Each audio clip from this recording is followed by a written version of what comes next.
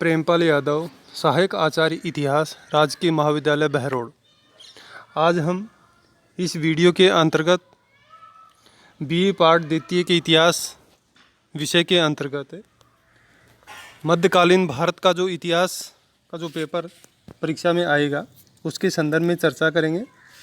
मध्यकालीन भारत का इतिहास का जो सिलेबस है इसको हमने विभिन्न जो हमारी क्लास चली थी, जो वीडियो मैंने अपलोड किए थे, उसमें अपना जो सिलेबस था वो कंप्लीट हो गया था। अब आज इस वीडियो के अंतर्गत परीक्षा से संबंधित जो महत्वपूर्ण जानकारियां हैं, परीक्षा से संबंधित जो महत्वपूर्ण क्वेश्चन होते हैं, किस प्रकार क्वेश्चनों को हल किया जाए, उसके संदर्भ में चर्चा करेंगे। मध्यकालीन भारत का जो इतिहास है, इसकी जो विषय वस्तु है, जैसा कि आपको पूर्व में बताया गया है कि जो मुस्लिम आक्रमण हुए थे वहाँ से प्रारंभ होकर के सल्तनत काल, मुग़ल काल, इस दौरान विजयनगर और बहमनी साम्राज्य, प्रांतीय जो साम्राज्य थे, उनके संदर्भ में सांस्कृतिक दृष्टिकोण से यदि हम देखें तो भक्ति आंदोलन, सूफी आंदोलन के संदर्भ में भी क्वेश्चन बनते हैं। तो ये जो सारी विषय वस्तु है ये परीक्षा से संबंधित महत्वपूर्ण है।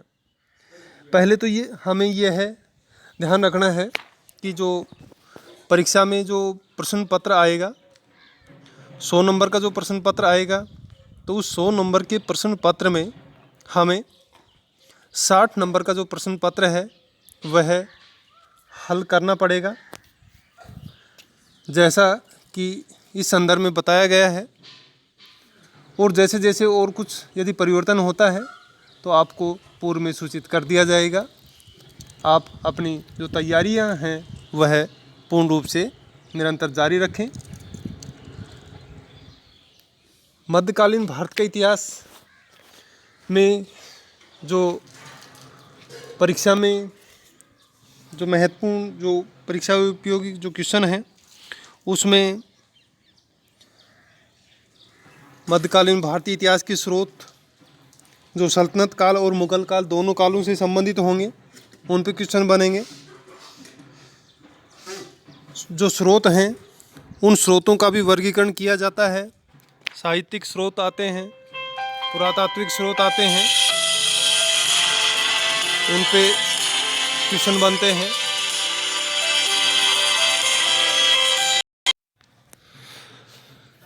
तो ये साहित्यिक स्रोत, पुरातात्विक स्रोत, और इनमें जो साहित्यिक स्रोत हैं उसमें भी संस्कृत साहित्य से संबंधित स्रोत, हिंदी साहित्य से संबंधित स्रोत, फारसी स्रोत, जो विदेशी यात्रियों के जो वृत्तांत हैं, इस दौरान जो विदेशी यात्री आए थे और उन्होंने यहाँ के वातावरण को किस रूप में समझा और जो उन्होंने समझा उसको उन्होंने अपने ग्रंथों में लिपिबद्ध किया, अपने साथियों को बताया।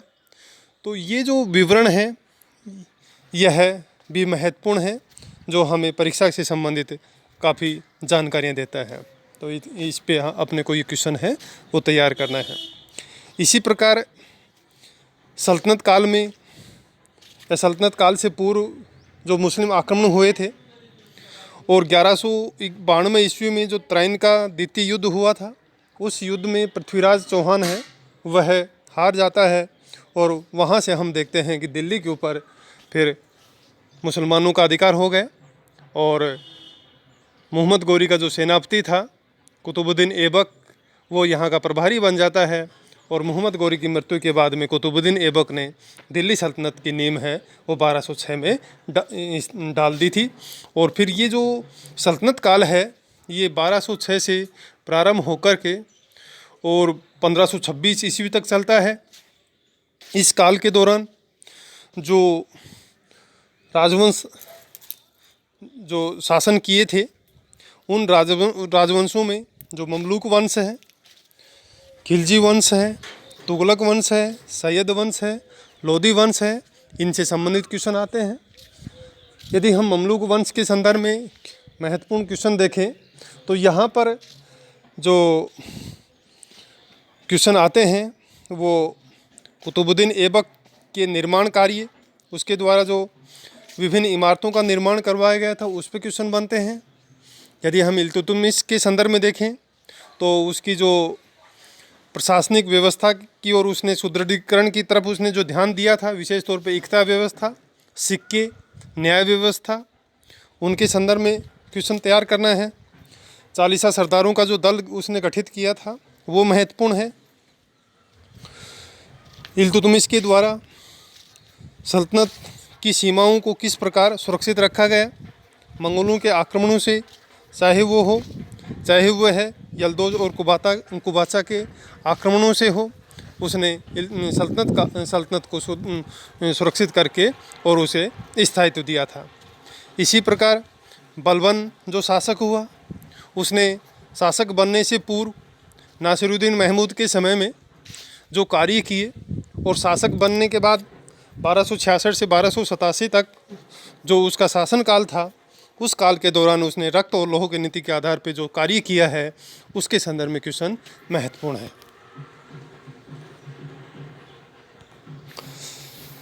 बलबन के बाद में जो उसके जो उत्तराधिकारी थे वो अयोग निकलते हैं और 1290 में जलालुद्दीन फिरोज खिलजी ने खिलजी वंश की नींव डाल दी। जो खिलजी क्रांति हुई थी वो महत्वपूर्ण है कि खिलजी क्रांति क्यों कहते हैं। जैसा कि हमने विभिन्न क्लासों में बताया था कि खिलजी क्रांति केवल सत्ता परिवर्तन नहीं था, यह एक व्यापक परिवर्तन लिए हुई घटना थी जिसने एक साधारण वंश को शासन की गद्दी पे पहुंचाया था। इस काल के दौरान जो अभूतपूर्व साम्राज्य विस्तार की दिशा में कार्य हुए, इस काल के दौरान जो नए नए प्रयोग होते हैं, बाजार नियंत्रण की व्यवस्था हो अलाउद्दीन के द्वारा या उसकी करों से संबंधित हो, उसके द्वारा नए नए प्रयोग किए जाते हैं। स्थापत्य के क्षेत्र में भी जो खिलजी काल है वह महत्वपूर्ण माना जाता है। तो विद्वानों का आश्रयदाता भी माना जाता है यह काल, तो वो खिलजी क्रांति है वो महत्वपूर्ण है।